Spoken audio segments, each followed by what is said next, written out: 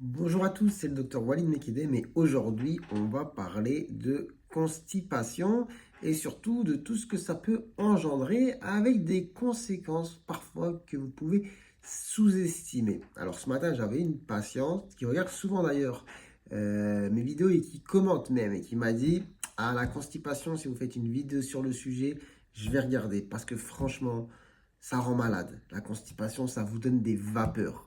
Ça m'a fait rire quand on a utilisé cette expression. Dites-moi si vous, la constipation, ça vous donne des vapeurs. Mais en tout cas, on va revenir un petit peu sur les différentes choses que ça peut provoquer. Vous allez voir, c'est pas forcément anodin. En tout cas, on va parler déjà des choses, on va dire, dans la région. C'est pas forcément les choses les plus glamour. Si vous regardez cette vidéo en mangeant, bon, peut-être mettez pause. Mais en tout cas, il y a des choses qui vous parlent, qui vont vous parler. Mais d'abord, quand on est souvent constipé, eh bien, on peut avoir des problèmes comme les hémorroïdes. À force d'avoir des efforts de poussée intenses, on peut avoir des crises hémorroïdaires, des hémorroïdes qui se développent, etc. Bon, et les hémorroïdes, c'est quand même, voilà, si on peut donner une expression, c'est quand même une tannée. Donc, j'ai déjà fait une vidéo, je pense, sur les hémorroïdes, mais elle est assez ancienne, donc peut-être que je la referai. Et voilà, hémorroïdes, ça provoque des douleurs. Il y a des personnes, des fois, qui viennent, ils arrivent au cabinet en boitant. Je les vois marcher, je me dis, qu'est-ce qui se passe? Ils ont une sciatique? Non, des hémorroïdes. Parce que franchement, quand vous avez une crise d'hémorroïdes, vous ne pouvez pas travailler. Qui plus est, chez certaines personnes, les hémorroïdes, ça saigne beaucoup. Donc franchement, c'est pas quelque chose d'agréable, c'est quelque chose de compliqué. Sachant qu'une fois qu'ils sont là, les hémorroïdes, bah, en général, ils partent pas. Après, ça évolue par poussées douloureuses, espacées, de périodes tranquilles. Mais en gros, c'est vrai que quand, entre guillemets, ils sont sortis, parce que des hémorroïdes de base, on en a, de nature normale, on va dire. Mais quand voilà, ils ont gonflé, grossi, qui font mal, qui sortent, ça devient compliqué de revenir en arrière. Donc, les hémorroïdes, une des premières conséquences de la constipation. Après, deux, dans la même région, quelque chose qui est sous-coté, on n'en parle pas vraiment parce qu'à chaque fois quand on parle de douleur, quand on parle de saignement au niveau de l'anus, etc., on parle des hémorroïdes, mais il y a quelque chose d'autre. Est-ce que vous savez? Il y a ce qu'on appelle les fissures anales. La fissure anale, parfois peut-être d'ailleurs plus connue chez les bébés, hein. Des fois, on voit des bébés, etc., ils ont des fissures anales quand ils sont constipés. Mais ça, il y a aussi ça chez les adultes. Et d'ailleurs, c'est quand même pas simple à soigner. Je vous avoue que même moi, je ne suis pas à l'aise pour soigner ce genre de problème. Mais voilà, fissure anale, fissure, il n'y a pas besoin de détailler 10 000 ans, qu'est-ce que c'est? Bah, c'est une fissure, tout simplement, une blessure justement au niveau de l'anus qui va engendrer des douleurs, parfois des saignements aussi. Et vraiment, ça va être très compliqué à chaque fois bah, d'aller aux toilettes. Donc ça aussi, ça peut être une des conséquences de la constipation. Donc déjà, vous voyez, on n'est que sur deux trucs au niveau de la région de l'anus. Bon, franchement, c'est un petit peu compliqué. Après, on va avoir quoi du coup comme complications liées à la constipation? Bah, finalement, tout ce qui concerne le ventre, hein. Le ventre, on va avoir les douleurs, les ballonnements, les gonflements, voilà, qui vont vous rendre la vie quand même très inconfortable. D'ailleurs, je pense que j'ai déjà fait une vidéo sur la colopathie fonctionnelle, le côlon irritable, mais il y a des personnes, voilà, par exemple, qui sont souvent sujets à la constipation dans le cadre de ce problème de santé.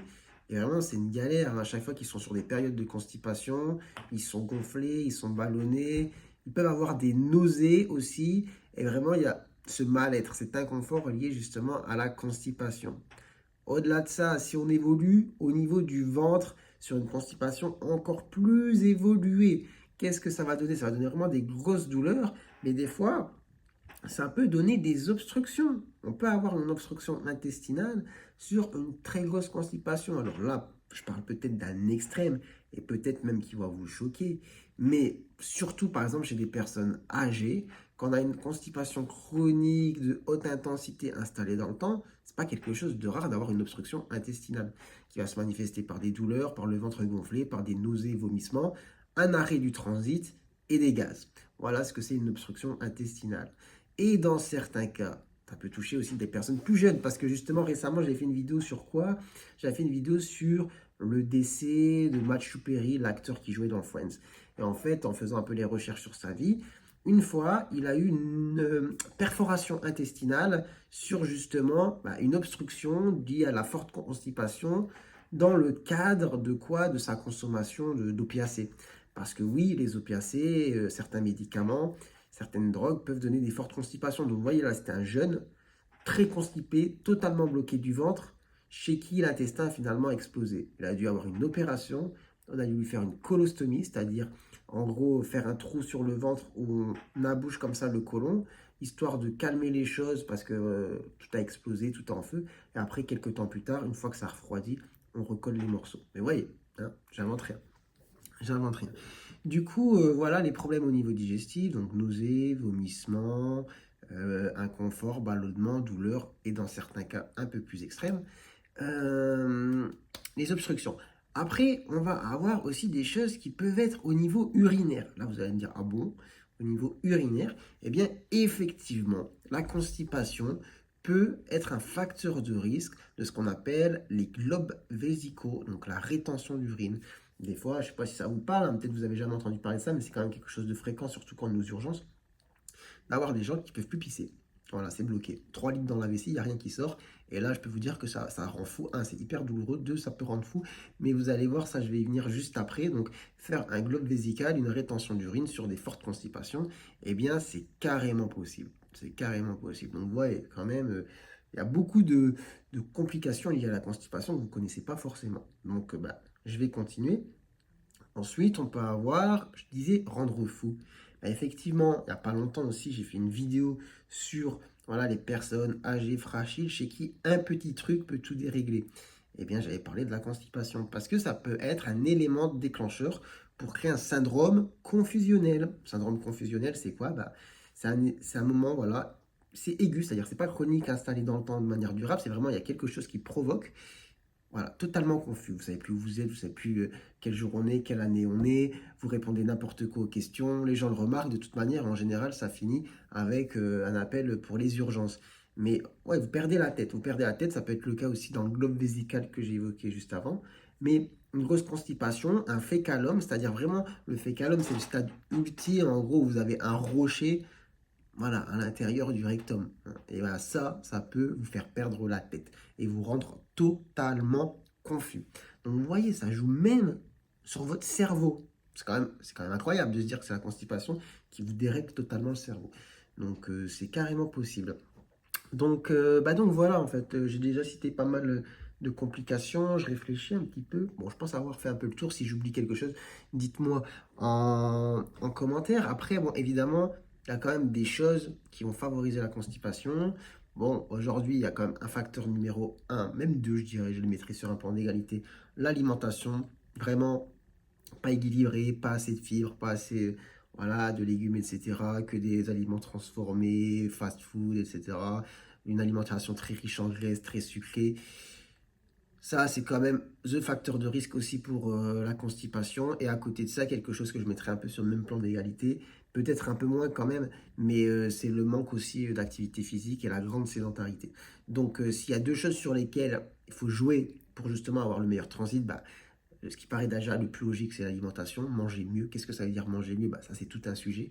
Mais au moins, avoir un apport important en fibres. Manger des légumes. Des légumes. On dirait que je parle à... voilà, je parle à des enfants, on dirait. Mais c'est vrai. C'est vrai. Des fois, il y a des évidences comme ça. Ça paraît bateau de les dire. Mais en fait, il faut les dire. Parce que c'est vrai. Il faut boire beaucoup d'eau. Il faut manger beaucoup de légumes. Il faut essayer de manger pas trop gras, pas trop sucré.